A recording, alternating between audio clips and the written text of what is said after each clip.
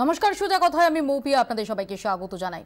নিয়ন্ত্রণ রেখা পেরিয়ে গিয়ে সার্জিক্যাল স্ট্রাইক বুঝিয়ে দিয়েছে যে ভারত ক্রমাগত সন্ত্রাসে যে মদত সেটা বরদাস্ত করবে না। প্রয়োজনে আক্রমণ হানতে ভারত প্রস্তুত এবং সেটা সাকসেসফুল করতেও আমরা ইকুইপড। কিন্তু একই সঙ্গে রক্ষণ সামলানোতেও ব্যস্ত রয়েছে দিল্লি। ইসলামাবাদের মুখে এখন বদলার হুঙ্কার। নিয়ন্ত্রণ রেখা পেরিয়ে ভারতের সার্জিক্যাল স্ট্রাইকের পর জারি ভারত পাক চাপানুতর। উত্তাপের আঁচে ফুটছে সীমান্ত। পাক সেনার পক্ষ থেকে আজও দুবার নিয়ন্ত্রণ রেখায় সংঘর্ষ বিরতি লঙ্ঘন করা হয়। আখনুর সেক্টরে ভারতীয় সেনা ছাউনি লক্ষ্য করে গুলি চালায় তারা, জবাব দেয় ভারতীয় সেনা। সোপিয়ানের কাছে কুলগাঁওয়ে জঙ্গি হামলা হয় টহলদারি বিএসএফ বাহিনীর ওপর। আজও ফের ভারতকে দেখে নেওয়ার হুমকি দিয়েছেন পাক প্রধানমন্ত্রী থেকে সেনা প্রধান। পাক হুমকির মুখে পড়তে হয়েছে জি নিউজকেও। টানা কভারেজ, সাহসী সাংবাদিকতার নাপসন্দ জঙ্গি নেতার। দেখিয়ে দেওয়া হবে আসল সার্জিক্যাল স্ট্রাইক কি। হুঙ্কার 26/11 মাস্টারমাইন্ড হাফিজ সঈদের।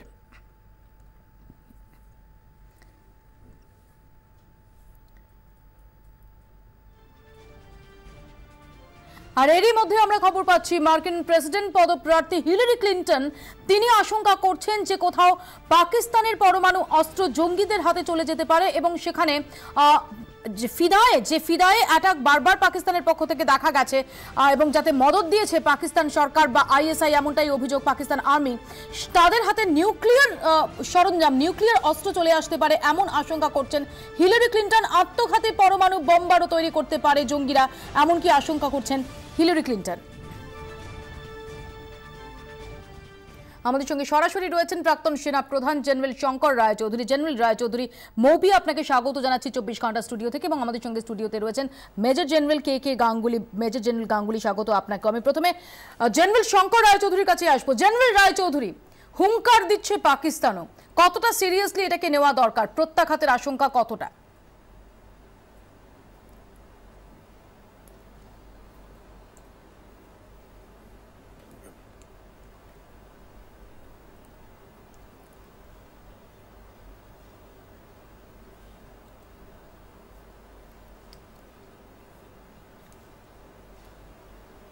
আমাদের তৈরি থাকা দরকার।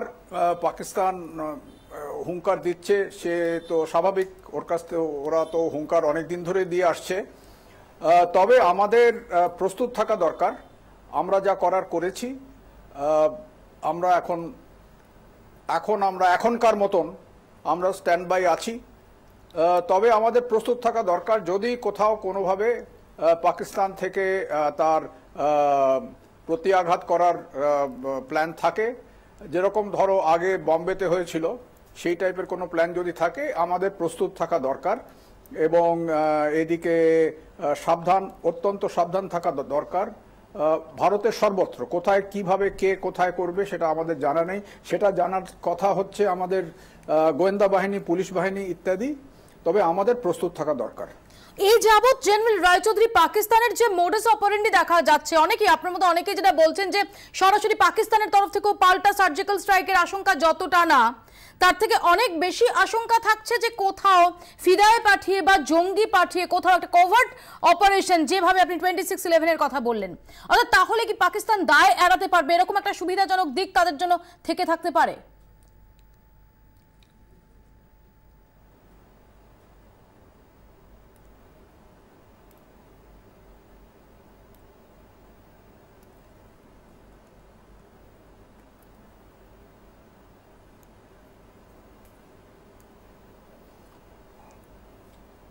দায় তো এড়িয়ে যাবে, সেটা তো বলা বাহুল্য।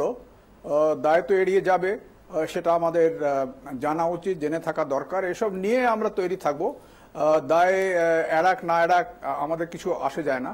তবে ওই যেরকম বম্বেতে হয়েছিল, যেটা আমি বলেছিলাম এর আগে, জঙ্গি কিংবা ফিদাইন কিংবা কেউ, এর ওপর নজরদারি বিশেষ দরকার। অভ্যন্তরীণ নজর, বিশেষ করে আমাদের, আবার বলছি, পুলিশ এবং গোয়েন্দা বাহিনীর। আফগানিস্তান বা বাংলাদেশের মতো রাষ্ট্রে সেখানে যে ভারতীয় যে ইনস্টলেশনগুলো রয়েছে বা যে সমস্ত জায়গায় ভারতের স্টেক রয়েছে, সেগুলো কি টার্গেট হতে পারে? কারণ এই দুটো দেশেই যে পাক মদতপুষ্ট জঙ্গি, তাদের একটা পেনিট্রেশন আছে।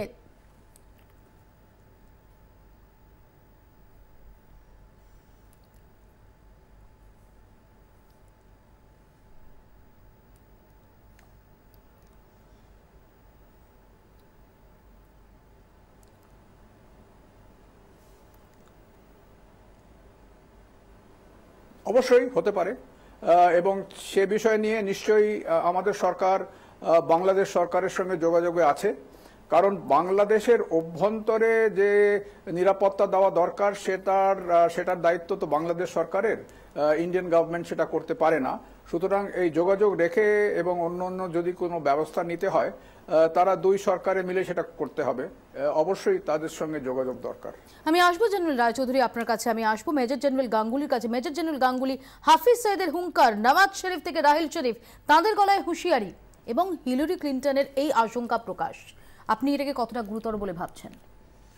দেখুন, পাকিস্তান বিগত বহু বছর ধরে ভারতের উপরে আঘাত হেনে চলেছে। একের পর এক রক্তস্রোত বয়ে গেছে আমাদের দেশের উপরে। এখন তারা মনে করেছিল যে এইভাবেই চলবে, ভারত দুর্বল থেকে দুর্বলতম হবে, কোনো দিনই সাহস করে প্রত্যাঘাত করতে পারবে না। কিন্তু যখন এই সরকার ক্ষমতায় এসেছিলেন, একটা কথা বলেছিলেন, সন্ত্রাসের বিরুদ্ধে কঠোর পদক্ষেপ তারা নেবেন, এটা বলেছিলেন। ভারতের জনসাধারণ জিজ্ঞাসা করছিল এই উরি অ্যাটাকের পরে, বলে কি হলো, আমরা কি সেইখানেই রইলাম, খালি মার খেয়ে যাব? আজকে এই যে একটা অ্যাটাক হলো ভারত বা পাকিস্তানের ওপরে গিয়ে, ভারত একটা সার্জিক্যাল, যেটাকে বলা হচ্ছে সার্জিক্যাল অপারেশন করলো একটা, এরপরে খানিকটা ডিনায়াল মোডে গেছিল পাকিস্তান, বলছিল না খালি গোলকগুলো যেমন চলে তেমন চলেছে, কিচ্ছু হয়নি। কিন্তু ভারত যেমনভাবে প্রকাশ করে দিল এই কথাটা, পাকিস্তান এখনো পাকিস্তান দাবি করছে যে যে ক্রস ফায়ার হয়েছে তাতে 14 জন ভারতীয় সেনার মৃত্যু হয়েছে, আর্মি একদম।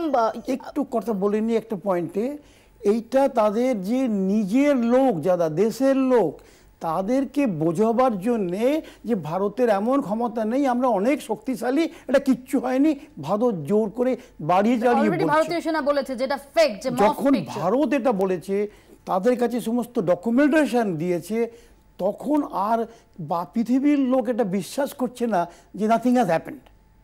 তারাও বুঝছে যে একটা হয়েছে একটা অপারেশন। আরো একটা বিষয় মেজর জেনারেল গাঙ্গুলি, আমরা যদি দেখি যে ভারতের এই সার্জিক্যাল স্ট্রাইক, আমরা তো দেখেছি ভারতের পক্ষ থেকে বিভিন্ন দেশকে কনফিডেন্সে নেওয়ার একটা চেষ্টা হয়েছে এবং এখনো অবধি খুব নেতিবাচক কোনো প্রতিক্রিয়া অন্যান্য আন্তর্জাতিক মহলের থেকে আসেনি।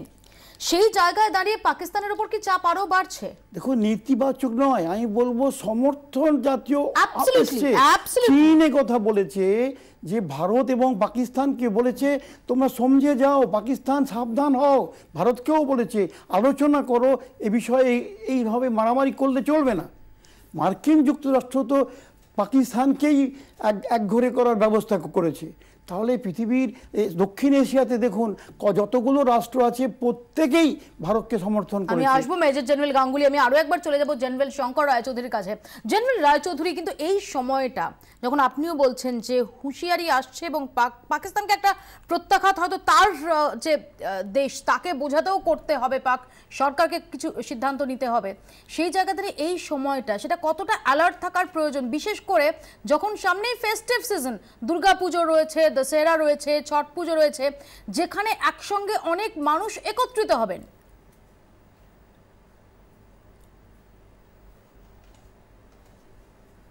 সেইটাই তো সমস্যা, অবশ্যই সমস্যা, কারণ দুর্গাপুজোর সময় অন্তত কলকাতা শহরে এবং অন্যান্য শহরে অন্যান্য ফেস্টিভ্যালের জন্য ভিড় হবে। সেই জন্য আমি আমাদের যেটা অভ্যন্তরীণ security, police, state police, intelligence agency, তারাও নিশ্চয়ই এ বিষয়ে অ্যালার্ট আছেন এবং করছেন, ওরাও জানেন। এবং আমি মনে করি এ বিষয়ে তো অ্যালার্টনেস কলকাতা পুলিশ, আমি কলকাতার কথা বলছি, তারা নিশ্চয়ই বাড়িয়ে দেবেন, কারণ এটা তো এখন যে পরিস্থিতি, সেটাতে কিছু না কিছু একটা গোলমালের করার চেষ্টা নিশ্চয়ই হতে পারে। এটাতে জেনারেল রায়চৌধুরী, আমরা পাঠানকোট দেখেছি, আমরা উড়ি দেখেছি, আজকে অকনৌর সেক্টর, সেখানে একটা টেরর অ্যাটাক হয়েছে, আজকে কুলগাঁও, সেখানে যে টহলদারি বিএসএফ তাদের উপর একটা হামলা হয়েছে। এরকম পরিস্থিতি দাঁড়িয়ে ভারতের যে মিলিটারি ইনস্টলেশনস গুলো, সেগুলো কতটা টার্গেট হতে পারে?